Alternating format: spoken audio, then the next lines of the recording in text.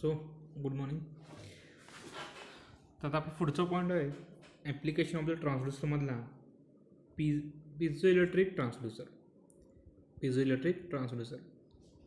आता piezo electric transducer हा एक ॲक्टिव्ह डिव्हाइस आहे की जो पिझो इलेक्ट्रिक इफेक्टवर वर्क करतो. आता पिझो इलेक्ट्रिक इफेक्ट म्हणजे काय असतं, तर ज्यावेळी आपला पिझो इलेक्ट्रिक क्रिस्टल असेल,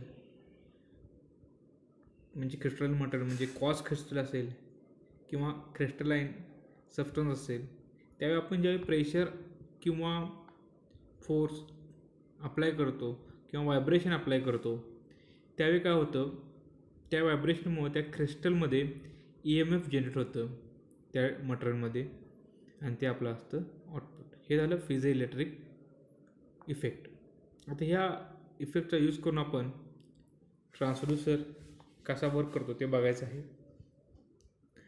त्यामध्ये 2 इलेक्ट्रोड आपण इथे यूज केलेले आहेत. इथे इलेक्ट्रोड दाखवलेले आहेत. पिझो इलेक्ट्रिक क्रिस्टलमध्ये 2 इलेक्ट्रोड दाखवलेले, एक अप्पर साईडला असतो आणि एक बेस साईडला असतो, बरोबर. आणि हे दोन्हीचं आपण इथं आउटपुट व्होल्टेज कनेक्ट केलेलं आहे इलेक्ट्रोडला. ह्यामध्ये मेनली कॅपॅसिटी ॲक्शन होते, म्हणजे ह्यामध्ये जो व्हायब्रेशन तयार होतं त्यामुळे यात जे इलेक्ट्रॉन्स असतात त्यांचं मुवमेंट होतो. इलेक्ट्रॉनचे मुवमेंट झाल्यामुळे आपल्याला आउटपुटला व्होल्टेज हे मिळत असतं. म्हणजे एक प्रकार तिथे काय होतं, तर कॅपॅसिटिव्ह प्रॉपर्टी फाइंड आउट होतं किंवा कॅपॅसिटिव्ह ॲक्शन इथं परफॉर्म होतं. आता जे पिझो इलेक्ट्रिक एलिमेंट आहे ते काय करतात, जी काय मेकॅनिकल मुवमेंट आहे, मग ते व्हायब्रेशन असतील, फोर्स असेल किंवा प्रेशर असेल, यांचं काय करतं तर इलेक्ट्रिकल सिग्नल किंवा इलेक्ट्रिकल व्होल्टेजमध्ये आपल्याला आउटपुट देत असतं.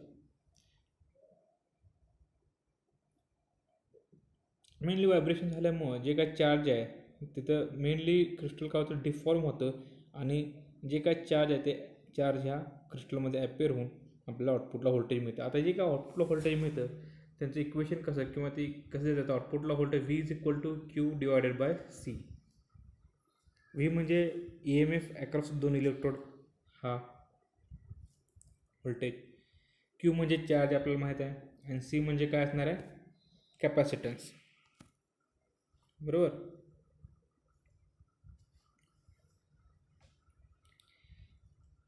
तर ऑपरेटिंग प्रिन्सिपल कसं डिफाईन करू शकतो आपण, तर when force or pressure is applied to piezo electrical material like quartz crystal किंवा barium titanium, then an EMF is generated across the material or vice versa. Okay, हे झालं ऑपरेटिंग प्रिन्सिपल. त्यानंतर आपल्याला पिझो इलेक्ट्रिक ट्रान्सड्यूसर बघायचं. यामध्ये काय केलं आपण, तर बघा बेसमेंटमध्ये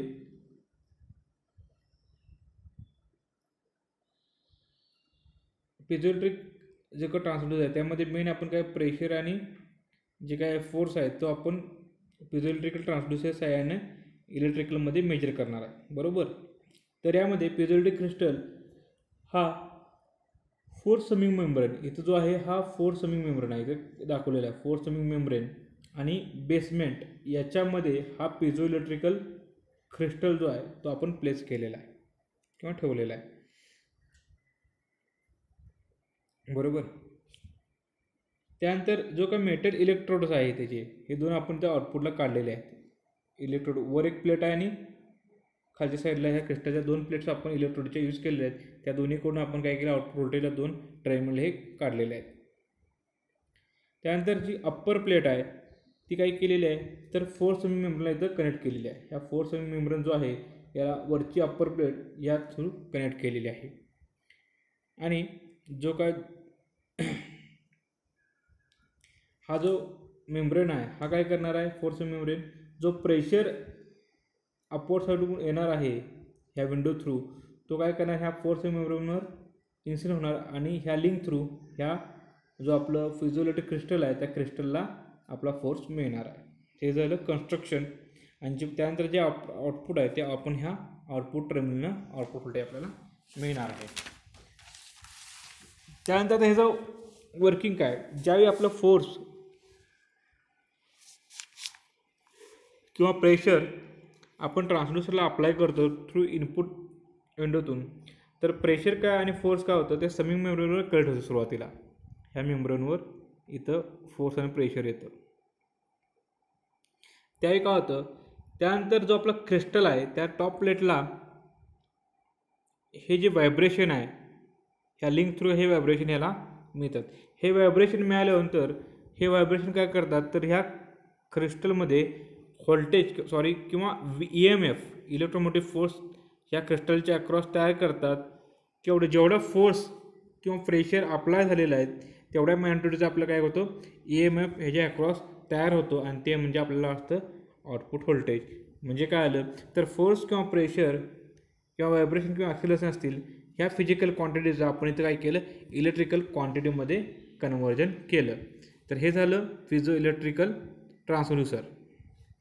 त्यानंतर जो नेक्स्ट टाईप आहे तो आहे लाईट डिपेंडंट रेजिस्टर. त्याला आपण म्हणतो LDR. लाईट डिपेंडंट रेजिस्टर त्याला आपण म्हणतो LDR. याचा अर्थ काय तर ज्याचा रेजिस्टर लाईटवर डिपेंडंट आहे असे जे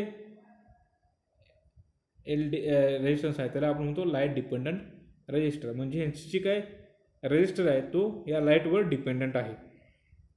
आता हे कन्स्ट्रक्शन दाखवलं आहे. फोटोसेन्सिटिव्ह मटेरियल इथे यूज केला असतो.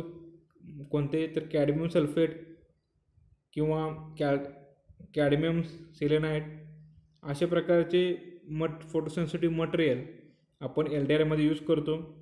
सिल्वर इलेक्ट्रोड जे काय आहे ते आपण यूज केलं आहे. इथं कनेक्टिव्हिटी जी काय आहे ती फोटोसेन्सिटिव्ह मटेरियल आणि आउटर लीड जे काय आहे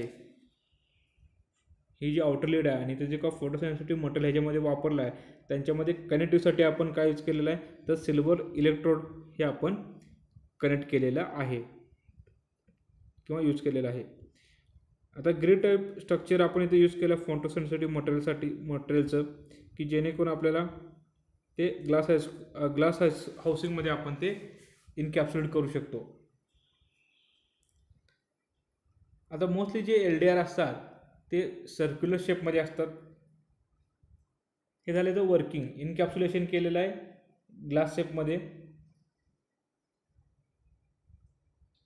फोटोसेन्सिटिव्ह मटेरियल आणि ग्रिड टाईप स्ट्रक्चरमध्ये. हे ग्रिड टाईप स्ट्रक्चर आहे फोटोसेन्सिटिव्ह मटेरियलचं. ते आपण एका ग्लास हाऊसिंगमध्ये किंवा ग्लासमध्ये सर्क्युलर टाईपमध्ये आपण हे इनकॅप्सुलेट केलेलं आहे. त्यानंतर वर्किंग बघायचं आपला. आता LDRचं वर्किंग फोटो कंडक्टिव्हिटीवर प्रिन्सिपल डिपेंड असतं.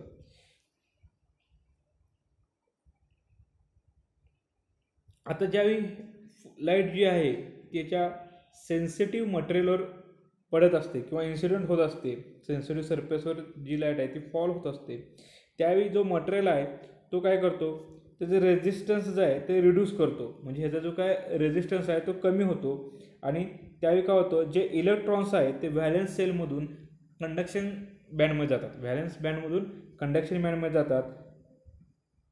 यावेळी बरोबर ज्यावेळी लाईट ह्या फोटोसेन्सिटिव्ह मटेरियलवर इन्सिडेंट होते त्यावेळी काय होतं तर जे रेझिस्टन्स आहे मटेरियलचं ते रिड्यूस होतं आणि जे इलेक्ट्रॉन्स व्हॅलेन्स बँडमध्ये आहेत ते valence band to higher band म्हणजे कंडक्शन बँडमध्ये एक्सायटेड होतात. त्यानंतर ज्यावेळी लाईटची इंटेन्सिटी आपण इन्क्रीज करत जाऊ तसंच काय होणार आहे रेझिस्टन्स कमी कमी होत जातो आणि जी काही कंडक्टिव्हिटी आहे मटेरियलची ती इन्क्रीज होते. बरोबर ज्या प्रमाणात लाईटची इंटेन्सिटी आपण इन्क्रीज करत जाऊ त्या प्रमाणात रेझिस्टिव्हिटी कमी होत जाते आणि आपल्याला काय होतं तर मटेरियल जास्त कंडक्टिव्हिटी देतो. इन्क्रीजसुद्धा कंडक्टिव्हिटी काय होते इन्क्रीज होते. आता सेकंड जर काही बघितलं आपण सपोज जर लाईट प्रेझेंट नसेल म्हणजे लाईट जी आहे ती आपण LDRवर इन्सिडेंटच केलं नाही तर त्यावेळी काय होतं रेझिस्टन्स जास्त असतो त्याला. बरोबर जर रेझिस्टन्स जास्त असेल तर आपल्याला आउटपुटला काही मिळणार आहे का लेटच्या आउटपुट वायरला तर काय मिळणार नाही.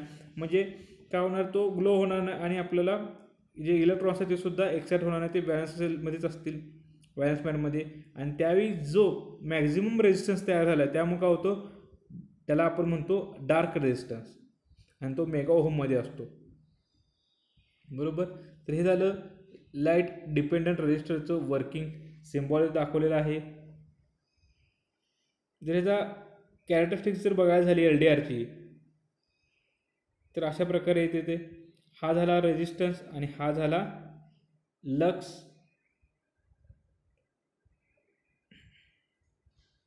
किंवा इल्युमिनेशन. एक्स ॲक्सिसवर आपण लक्स किंवा इल्युमिनेशन घेतो आणि वाय ॲक्सिसवर रेजिस्टन्स घेतो. त्यावेळी आपल्याला या प्रकारचा ग्राफ हा दिसेल. तर हे झालं LDR. त्यानंतर आपल्याला नेक्स्ट बघायचं आहे फोटोव्होल्टाइक सेल. फोटोव्होल्टाइक सेल हा सुद्धा एक ॲक्टिव्ह ट्रान्सड्यूसर आहे. यामध्ये काय तर विजिबल लाईट आपण डायरेक्ट करंटमध्ये कन्वर्ट करतो. फोटोव्होल्टाइक सेल हा एक प्रकारचा ॲक्टिव्ह ट्रान्सड्यूसर आहे आणि हा काय करतो, जी आपली विजिबल लाईट आहे त्याचं कन्व्हर्जन DC मध्ये करतं, म्हणजे डायरेक्ट करंटमध्ये करतो. हा एक स्पेशलाइज सेमीकंडक्टर डायोड आहे. आता ऑपरेटिंग प्रिन्सिपल काय, तर फोटोव्होल्टाइक सेल हे अशी प्रोसेस आहे की ज्यावेळी आपण ते सनलाईटमध्ये जेवढे एक्सपोज करू, म्हणजे सनलाईटमध्ये ठेवू, त्या सनलाईटच्या इक्वलंट आपल्याला काय करतात तर इलेक्ट्रिकल व्होल्टेज किंवा इलेक्ट्रिकल करंट ते प्रोड्यूस करतात आउटपुटला. बरोबर.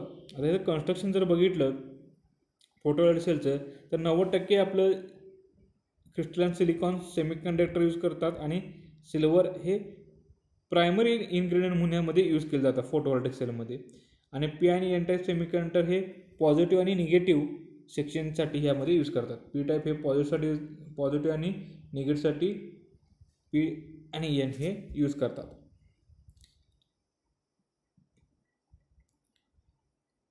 आणि ह्याला एक्सटर्नल लोड लॅम्प आपण इथं कनेक्ट करतो. लोड म्हणून काय लोड लॅम्प कनेक्ट करता येतो आपण, त्यामुळे पण लोड लॅम्प कनेक्ट केलं नाही. आणि हे जे टर्मिनल्स आहेत या टर्मिनल निकेल प्लेटिंग आपण कनेक्ट करून पुन्हा ते लोड लॅम्पला दिलेलं आहे. आणि अँटी रिफ्लेक्टिंग कोटिंग हे जे आहे ते आपण इथे यूज केलेलं आहे अप्पर सर्किटला, जेणेकरून जी काय लाईट्स आहे, लाईट एनर्जी आहे ती आपल्या सेलमध्ये एंटर होऊ शकेल. त्यासाठी अँटी रिफ्लेक्टिंग कोटिंग हे आपण यूज केलेले आहेत. आता वर्किंग काय, ज्यावेळी लाईट एनर्जी, ही जी लाईट एनर्जी आहे ही लाईट एनर्जी फोटॉन पॉकेट म्हणजे एक फोटॉनच्या स्वरूपात ज्यावेळी ती इन्सिडेंट होते किंवा एंटर होते आपल्या सेलमध्ये, त्यावेळी काय करते ते इलेक्ट्रॉन लूज करते. तर का तर लाईट ही अब्सॉर्ब केली जाते या सेलमध्ये आणि त्यामुळे जे इलेक्ट्रॉन्स आहेत ते इलेक्ट्रॉन लूज होतात आणि इलेक्ट्रॉनचं जनरेशन हे होतं.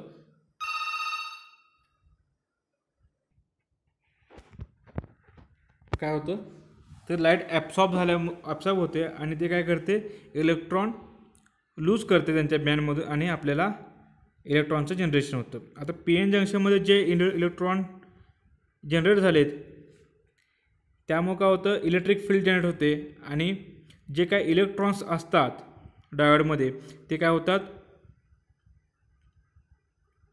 P साईडकडून N साईडकडे फ्लो होतात आणि P साईड जे होल्स आहेत ते होल्स काय होतात N side to P side flow होतात. आणि त्यामुळे काय होतं न्यूली जनरेटेड इलेक्ट्रॉन जे आहे त्यामुळे करंट फ्लो होतो त्या सेलमधून आणि करंट फ्लो झाल्यामुळं जे काय आपल्याला एक्सटर्नल सर्किटमध्ये आपण जे काही इलेक्ट्रॉन होल पेअर आहे ते जनरेट होते आणि आपण जो का आउटपुटला लोड म्हणून जो का लॅम्प यूज केलेला आहे तो ग्लो होतो आणि आपला करंट त्यातून फ्लो होतो. हे झालं फोटोव्होल्टाइक सेलचं वर्किंग. त्यानंतर आपल्याला नेक्स्ट बघायचं आहे सिलेक्शन क्रायटेरिया फॉर ट्रान्सड्यूसर.